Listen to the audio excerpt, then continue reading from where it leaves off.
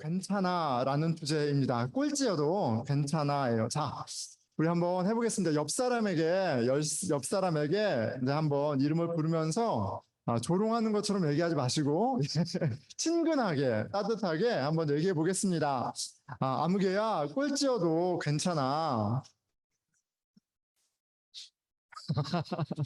예, 꼴찌여도 괜찮아. 예, 어떠세요, 여러분? 예, 어떠세요? 제가 저희 한나한테 이렇게 물어봤습니다. 한나야. 아, 아빠가 한나한테 꼴찌여도 괜찮아. 이렇게 얘기하면 어때? 그랬더니, 나쁘지 않대요. 나쁘지 않고, 이렇게 마음이 좋다 합니다. 예, 그러면서 하는 말이, 뭐, 그래도 나는 꼴찌는 안 할 거야. 이렇게 얘기하더라고요. 예, 꼴찌여도 괜찮아. 자, 여러분, 누가 저에게 예수 믿어서 왜 좋냐?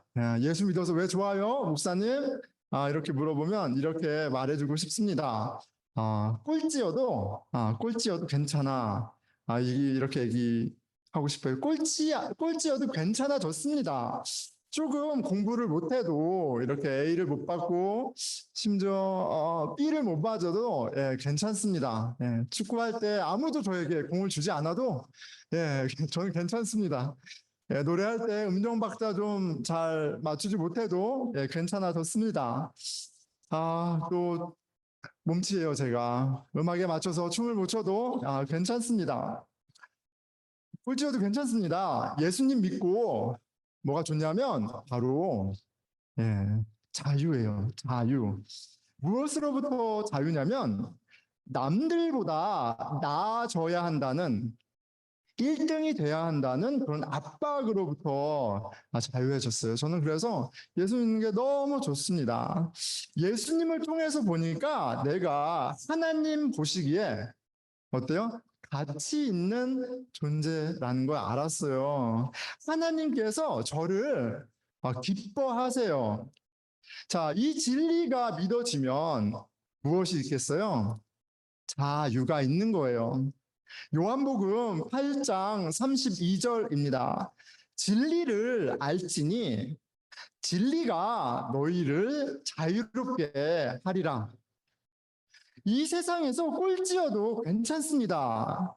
하나님이 가치 있게 여기고 하나님이 나를 기뻐하신다는 것이 믿겨지면 그것으로 충분합니다.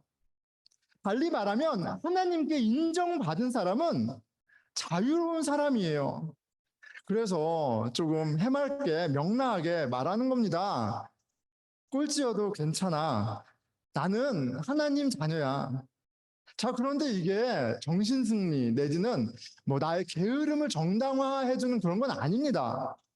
내 마음대로 막 살아. 게을러도 괜찮아. 이런 건 좀 아니에요. 갈라디아서 5장 13절에 이렇게 말씀하십니다. 형제들아, 너희가 자유를 위하여 부르심을 입었으니 그러나 그 자유로 육체의 기회를 삼지 말고 오직 사랑으로 서로 종노릇하라. 우리에게 주신 자유는 방종이 아니고요. 마음대로 살아도 되는 어떤 티켓을 받은 게 아니고요. 이 자유는 놀랍게도 사랑으로 서로 누군가에게 종이 될 수 있는 그런 능력의 자유입니다. 꼴찌여도 괜찮아 말할 수 있는 자유는 참 사랑을 하라고 주신 거예요. 자, 여러분, 목사님, 그 꼴찌랑 참사랑이랑 무슨 상관이에요? 그거를 좀 살펴보려고 하는데요. 1등을 갈망하면요.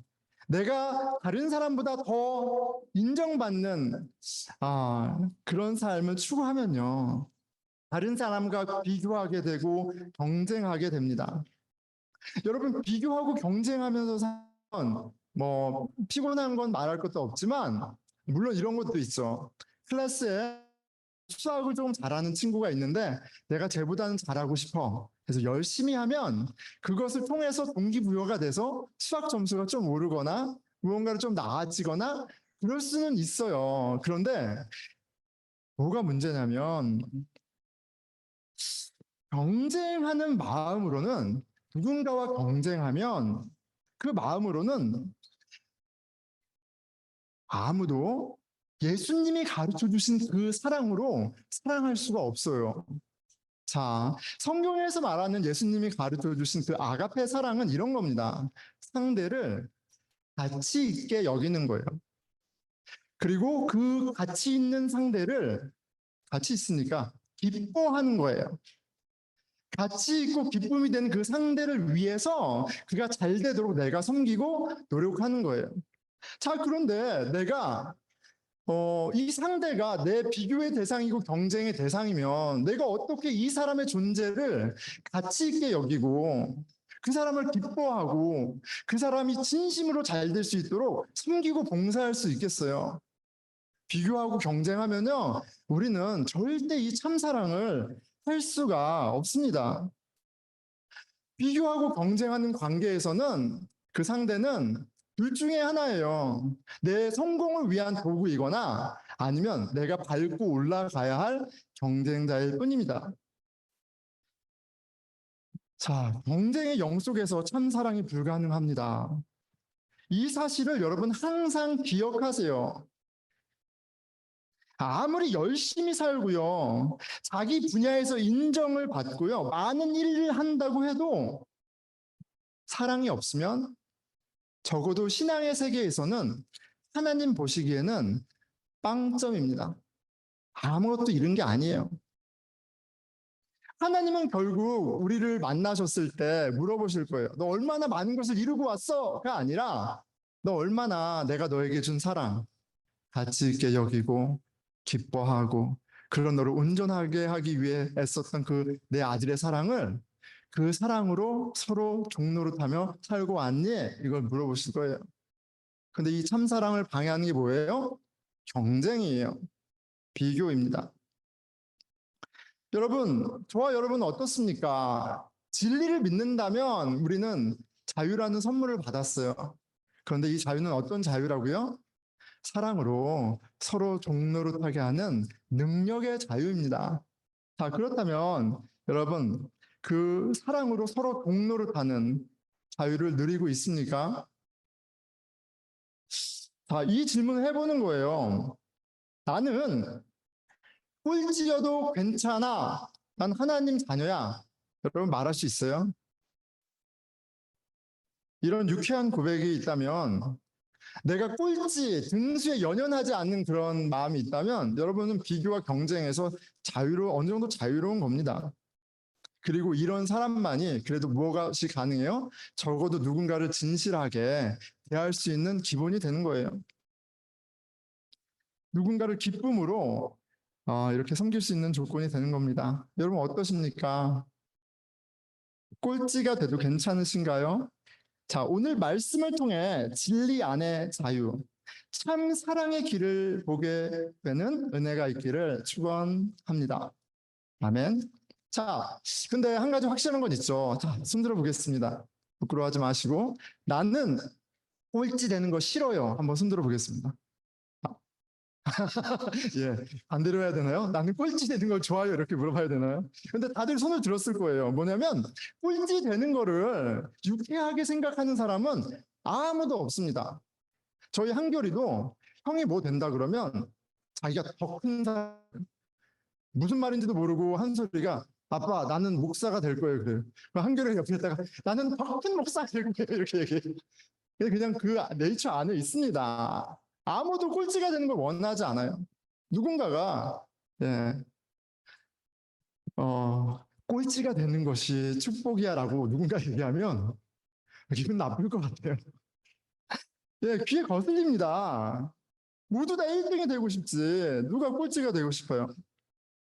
여러분, 그래서 우리가 이민 온 거 아닙니까? 우리가 그래서 보스턴까지 온 거 아니에요? 조금 더 올라가기 위해서. 예수님의 제자들도 여러분 사실 그래서 예수님 따른 거예요. 자, 31절에 보니까 이는 제자들을 가르치시며 또 인자가 사람들의 손에 넘겨져 죽임을 당하고 죽은 지 3일 만에 살아나리라는 것을 말씀하셨기 때문이더라. 그러나 제자들은 이 말씀을 깨닫지 못하고 묻기도 두려워하더라. 자, 예수님이 제자들에게 자신의 죽으심과 부활하심에 대하여 말씀하십니다. 내가 첫째가 되기 위해서 우선 꼴찌가 돼야 해. 이 말씀을 하신 거죠. 그런데 아무도 꼴찌가 된다는 것은 생각하고 싶지도 않아 합니다. 뭐예요? 예수님이 죽으신다고 하니까 두려워하지만 이게 무슨 말씀이야? 이렇게 궁금해하지만 아무도 묻지 않습니다. 예수님이 죽으시면 안 되는 거예요. 꼴찌가 되는 것으로 끝나는 것은 이들의 플랜에 없습니다. 첫째가 되는 길인데 그것이 꼴찌가 궁극적으로 하나님이 꼴찌가 되게 하셔서 하시는 일인데 그 말씀이 들리지 않습니다. 그냥 꼴찌가 된다는 사실 자체가 공포예요. 패닉입니다. 꼴찌가 되면 망하는 거예요. 헛살은 겁니다. 내 인생의 꼴찌라니 말도 안 되는 거예요. 자, 제자들이 그렇잖아요. 내가 집과 직장과 가족과 나의 모든 것을 포기하고 예수님께 올인을 한 이유는 세상에서 꼴찌가 되기 위해서 한 게 아니에요. 지금 세상의 1등인 로마를 뒤집어 엎고 예수님 덕 좀 봐서 1등이 되기 위해 이 길을 선택한 겁니다. 그런데 예수님이 죽다뇨, 꼴찌라뇨, 절대 안 되는 겁니다. 여러분들은 예수님 믿으면서 무엇을 기대합니까? 그래도 좀 더 나은 무언가를 위해서 여러분 이 귀한 시간을 혹시 투자하고 있는 건 아닙니까? 자, 제자들은 분명히 1등이 되기 위해서 더 높은 자가 되기 위해서 투자했습니다. 근데 예수님이 엉뚱한 얘기를 하는 거예요. 자, 이것이 예수님께서 처음으로 죽으심에 대해 말씀하셨을 때 베드로의 반응이에요. 8장 32절이죠. 드러내놓고 이 말씀을 하시니 죽음과 부활에 대해 말씀하시니 베드로가 예수를 붙들고 항변하며 베드로가 예수님을 꾸짖습니다. 예수님 절대 죽을 수 없어요. 아니 꼴찌라뇨. 정신 차리세요. 예수님이 잘못 알고 있다고 따지는 겁니다. 어떻게 베드로가 이런 행동을 할 수 있죠? 감히 예수님에게 방금 하나님의 아들이요 구세주라고 고백했던 그 사람이 어떻게 왕에게 이렇게 따지고 꾸짖을 수 있죠? 베드로는 꼴찌가 되는 것 자체를 받아들일 수 없었습니다. 그런 베드로에게 예수님이 엄히 꾸중하십니다.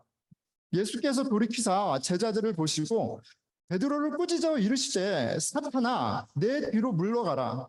내가 하나님의 일을 생각하지 아니하고 도리어 사람의 일을 생각하는도다 하시고 베드로야 너는 사탄의 새끼가 아니라 사탄의 자식이야. 이러고 엄하게 꾸짖으시는 거예요.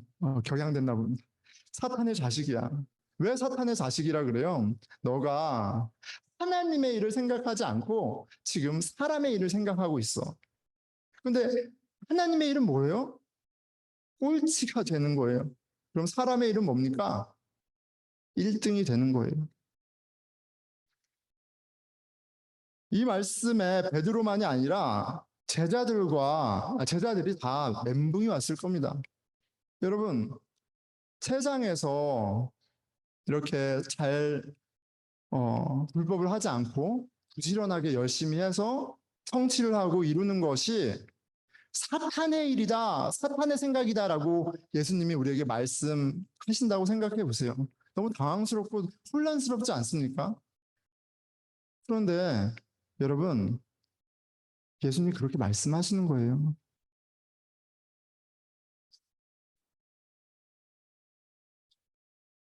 예수님이 너무나도 명확하게 꼴찌가 되는 것이 하나님의 뜻이야라고 얘기했어요. 그래서 멘붕을 주죠. 그런데 멘붕이 왔음에도 불구하고 두려워함에도 불구하고 제자들은 굽히지 않습니다.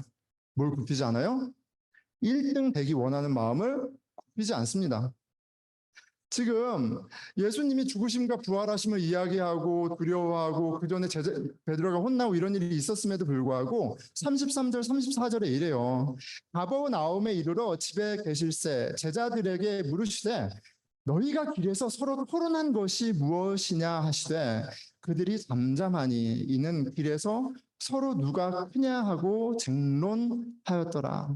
그냥 난데없이 쟁론한 게 아니라 예수님이 꼴찌가 돼야 된다라고 얘기하셨는데, 바로 직전에 하셨는데 상관없어요. 그럼 어떤 무슨 신비한 얘기려니 하는 것 같아요. 가버나움으로 가는 그 길에 제자들끼리 디스커싱 합니다. 누가 크냐? 누가 1등이냐? 우리 중에 누가 1등이냐? 그런데 참 예수님 재밌죠. 가시면서 알았을 거 아니에요. 제자들이 거기서 이상한 얘기 하는 거를 알았을 거란 말이에요. 말도 안 되는 얘기를 하는 걸 알았을 거란 말이에요. 근데 예수님이 길에서 나무라지 않고 굳이 집까지 오셔서 다 셀을 하시고 물어보세요. 그냥 다짜고짜 혼내는 것도 아니고 물어보세요. 그래서 제자들을 좀 민망하게 하십니다. 자, 그런데 저는 여기에 사랑이 무엇인지 좀 보여주는 바가 있다고 생각해요.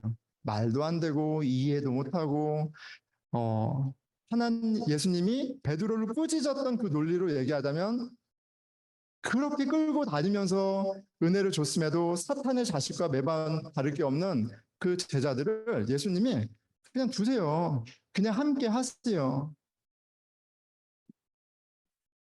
대단하십니다. 너희가 길에서 토론하는 것이 무엇이냐? 그들은 꿀먹은 벙어리가 됩니다. 어쩌면 예수님이 지금 무슨 말씀을 하시려고 하는지 이미 알고 있는 것 같아요. 예수님 말씀하시죠. 누구든지 첫째가 되고자 하면, 누구든지 하나님 나라에 들어가려 하면, 누구든지 영원한 생명을 얻으려면 그는 모든 사람의 꼴찌가 되어서 모든 사람을 섬겨야 한다. 꼴찌가 되어야 한다. 이 말씀을 또 하실 것을 알았을 것 같아요.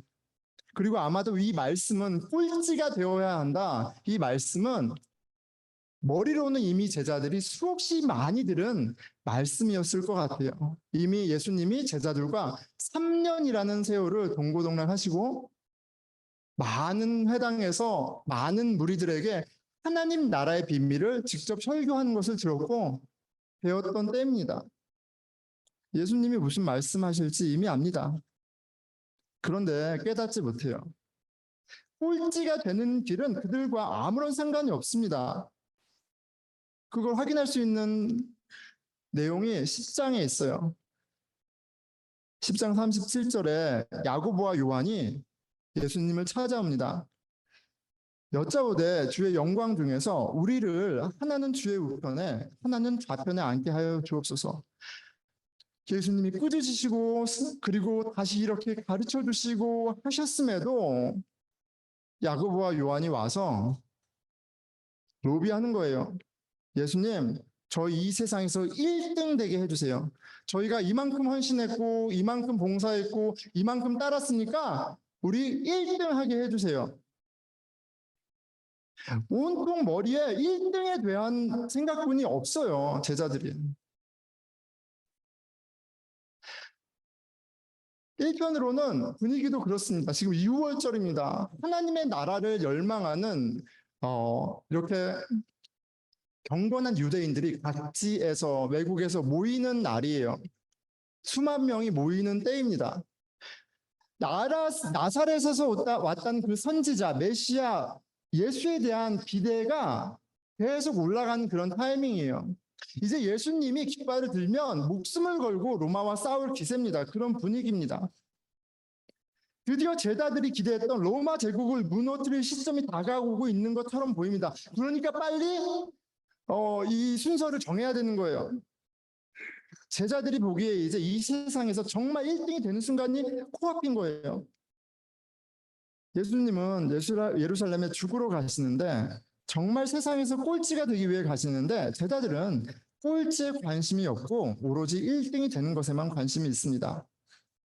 41절, 10장 41절이죠.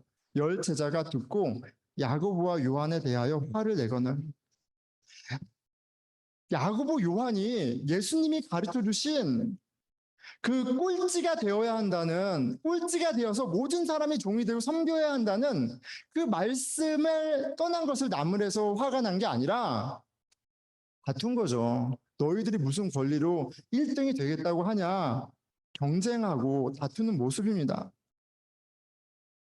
이렇게 경쟁하며 다투는 제자들의 모습이 바로 3년간 예수님과 동고동락하며 훈련받은 제자들의 영성이었어요.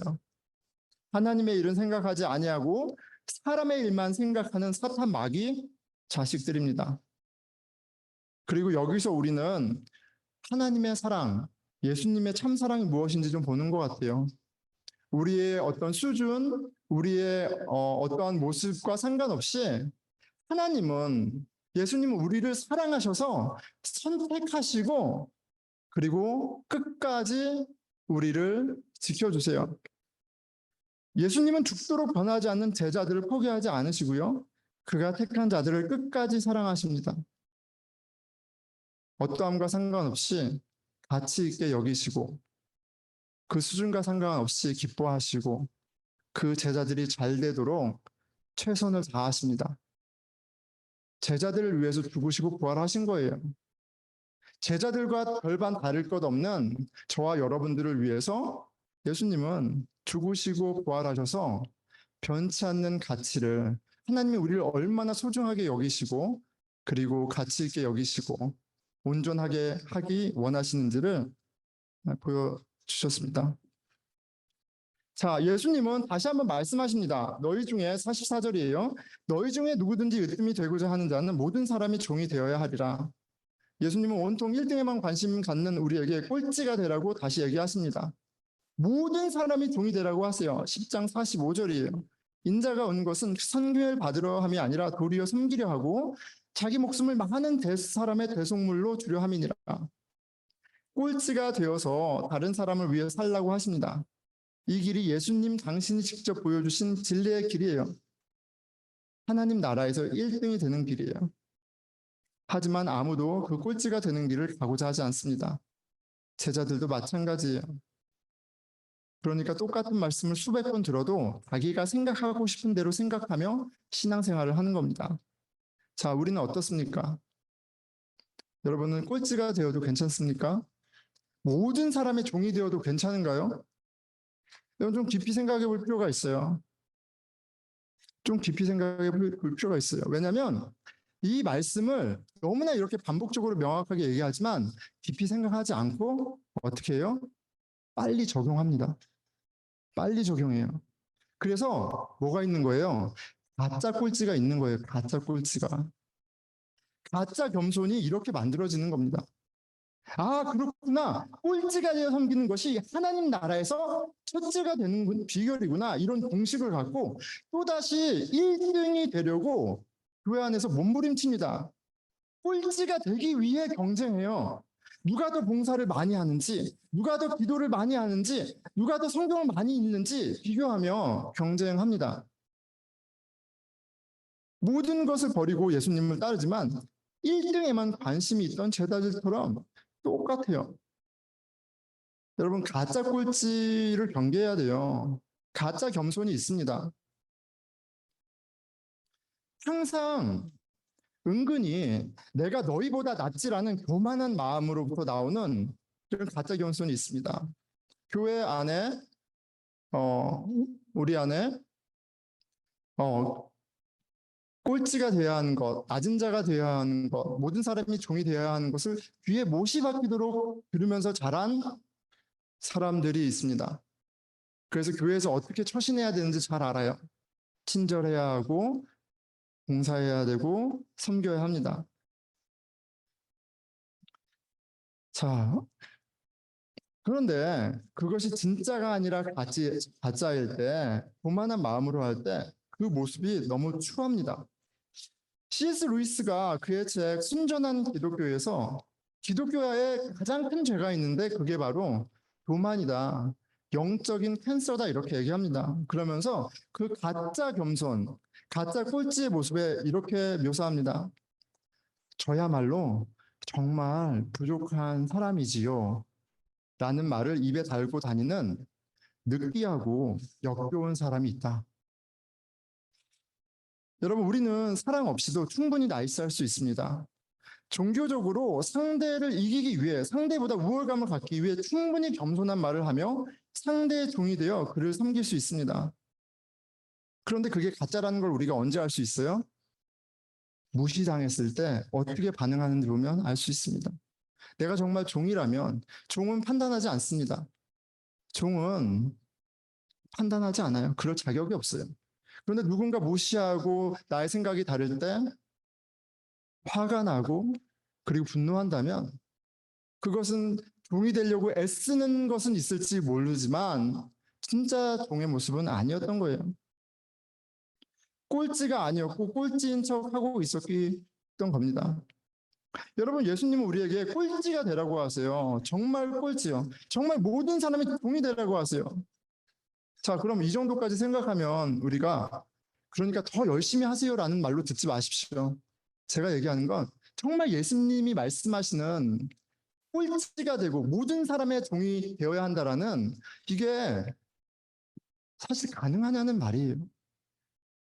이게 좀 노력한다고 가능하냐는 말이에요.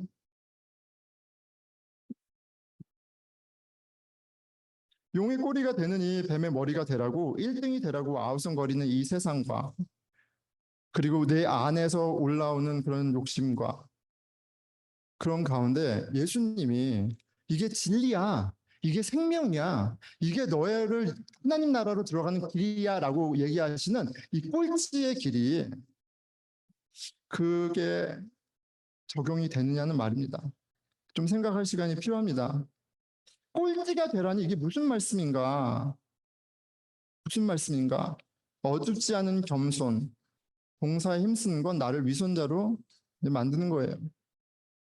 제가 저희 사촌이 저희 조카가 저희 누나 큰딸이 방문을 했습니다. 와서 이제 같이 지냈는데 처음입니다.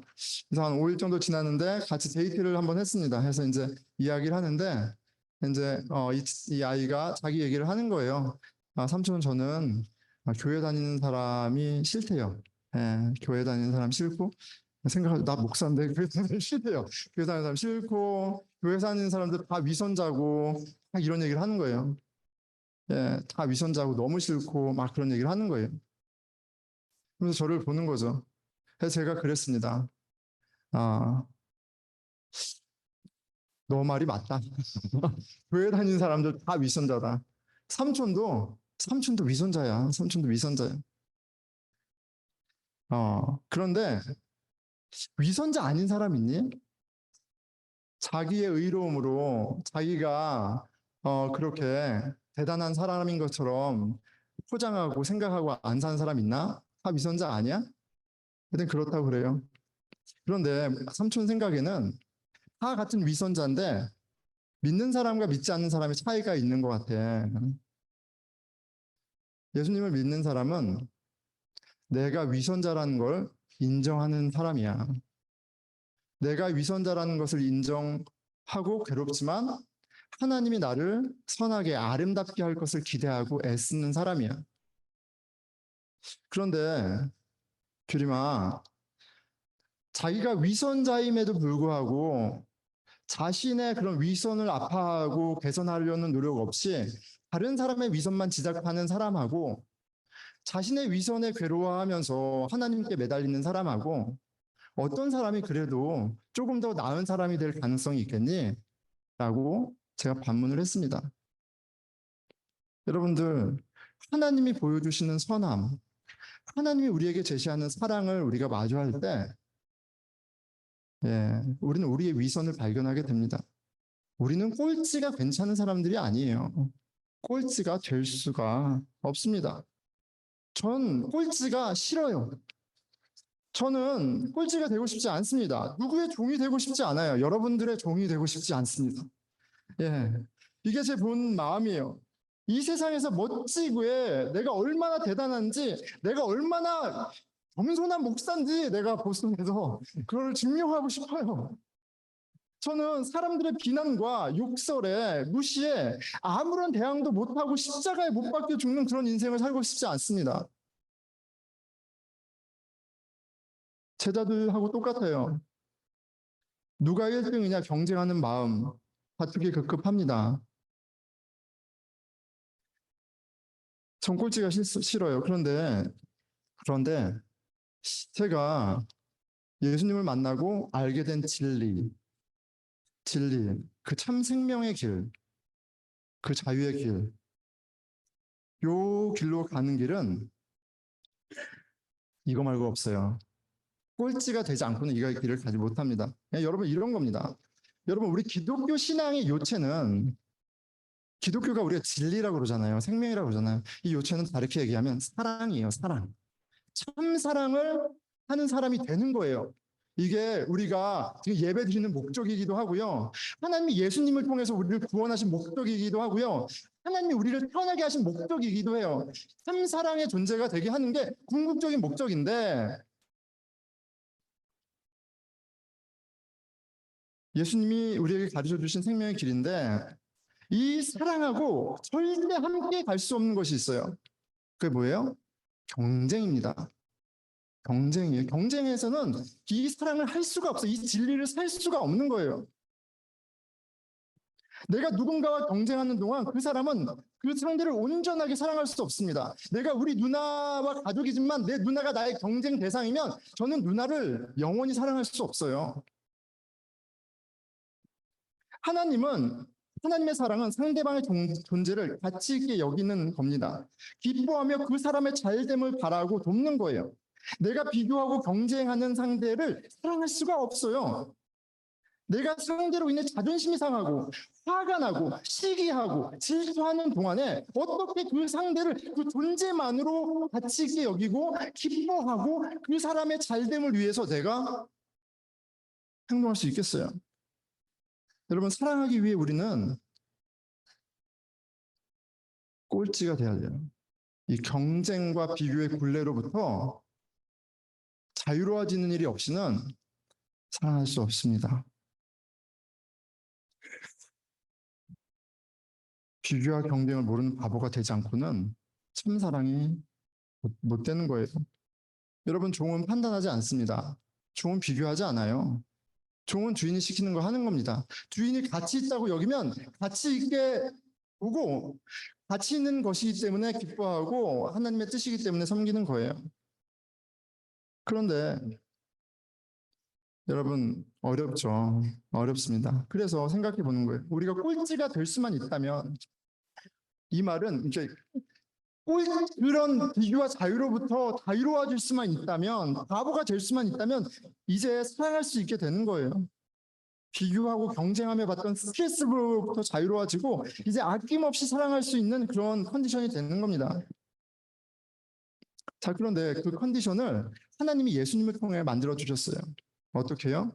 나는 이제 비교하고 경쟁하지 않아도 하나님이 나를 가치 있게 여기기 때문에 하나님이 나를 기뻐하시기 때문에 하나님이 나의 온전함을 위해서 모든 자원을 붓는 걸 내가 경험하고 있기 때문에 한국 찢어도 괜찮아. 난 상관없어. 내가 미천이 없으면 어떻게 그걸 이기겠어요. 근데 믿음, 진리가 나를 자유케 하는 그 경험을 하면 그 진리가 나로 비교와 경쟁의 굴레로부터 자유케 하는 거예요. 그리고 그 진리가 나로 그 진리가 준 자유가 나로 사랑으로 자발적으로 다른 사람의 종 노릇하게 하는 겁니다. 왜요? 그 진리가 보여주거든요. 얘는 내가 사랑하는 딸이야. 내가 사랑하는 아들이야. 내가 기뻐하는 존재야. 내가 얘를 구원하기 위해서 내 아들을 보냈어. 너한테도 그렇게 한 거야. 너희가 가족이야. 내가 사랑하는 너희는 내 자녀야. 여러분 말씀을 맺을게요. 말씀을 맺겠습니다. 여러분은 왜 예수 믿어요? 예수 왜 믿어요? 왜? 예수 왜 믿습니까? 예수 믿으면 뭐가 좋아요? 저는 예수 믿어서 너무 좋아요. 예수 믿어서 너무 행복합니다. 너무 뜬금없죠. 이런 겁니다. 뭐냐면 제가 우리가 한국 학교 하잖아요. 한국 학교 합니다. 한국 학교 하는데 제가 한국 학교 하면서 반을 2개 만들었어요. 새싹반, 푸른반이에요. 새싹반은 5세부터 6세, 7세인가요? 그리고 푸른반은 7세부터 5학 이렇게 있어요. 자, 그런데 이렇게 만들었는데 문의가 왔어요. 우리 교회뿐이 아니에요. 문의가 왔어요.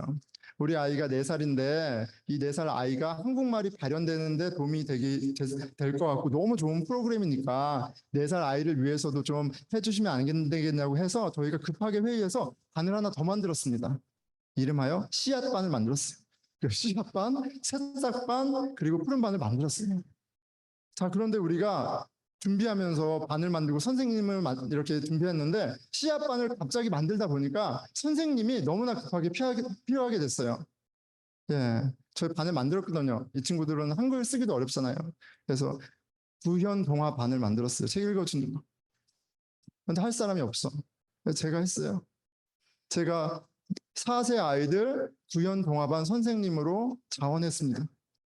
여러분, 아, 4살 우리 혜연이랑 한결이에요. 둘이 앉혀놓고 이제 읽는 거예요. 읽습니다. 읽는데 제가 저희 아이들에게도 한 명당 한 권씩뿐이 안 읽어줘요. 그런데 40분, 50분을 애들을 읽으려니까 너무 힘들더라고요. 네, 너무 힘들어요. 그런데 막 읽어주고 막 이렇게 하고 막 잘 읽어줬어요. 그런데 여러분, 제가 그게 그런 거죠. 그러니까 아니 담임 목사가 한국 학교 4살짜리 아이들 동화책 읽어주는 게 말이 돼가 아니라 저한테 말이 돼요. 예, 저한테 전혀 그게 과도가 안 돼요. 왜냐면 혜연이가 저한테는 너무나 귀중한 아이거든요. 그리고 기쁜 존재고요. 그런 믿음의 고백이 있습니다. 뭐냐면 어쨌든 그렇게 했습니다. 그래서 아이들하고 이렇게 하는데 혜연이가 저한테 이제 끝나고 나서 금요일 끝나고 와서 요만한 애가 가기 전에 딱 와서 저를 이렇게 쳐다보고 땡큐 이러고 가더라고요. 얘랑 저랑 무슨 상관이에요? 아니 목사와 4살 아이가 무슨 상관입니까? 네, 그런데 제가 너무 행복했어요. 너무 행복했고 즐거웠습니다. 하나님이 저한테 이 타이틀에서 자유한 것을 주셨어요. 하나님이 저에게 하나님 자녀라는 새로운 정체성을 주셨고요. 그리고 그 진리 안에서 사람을 볼 때 그 사람을 하나님의 자녀로 보는 새로운 눈을 주셨어요.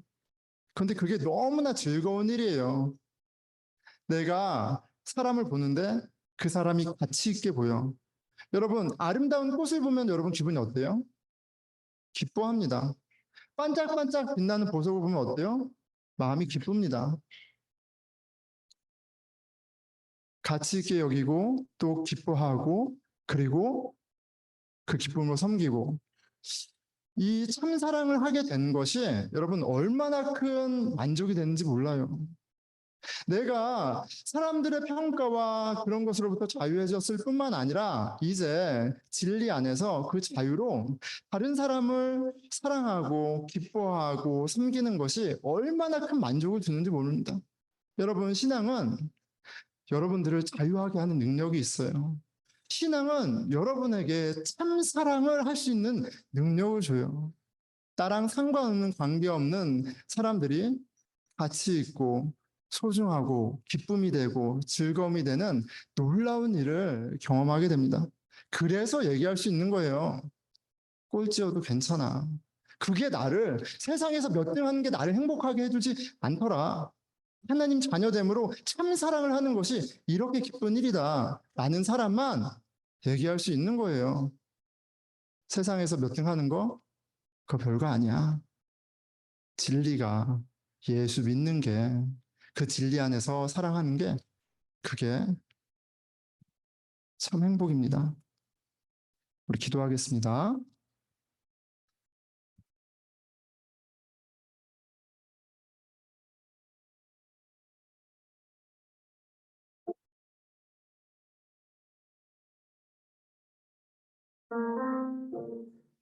꼴찌가 되지 아니하고는 종이 되어서 모든 사람을 섬기는 그런 문제가 되지 아니하고는 영생도 하나님의 나라도 상관없다고 얘기하십니다.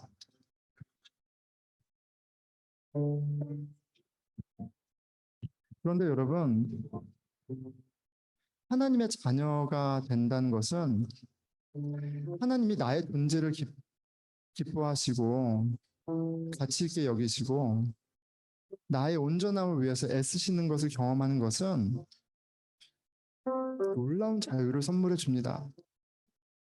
주님, 저희가 그 진리를 구하고 또 경험하는 공동체 되게 해주십시오. 꼴찌가 되지 아니하고서는 그 말씀하실 때 그것이 생명의 길이기에 주님 제가 기쁘게 꼴찌가 되겠습니다. 말할 수 있는 저희 되게 해주십시오. 우리 같이 기도하겠습니다. 예, 하나님 아버지.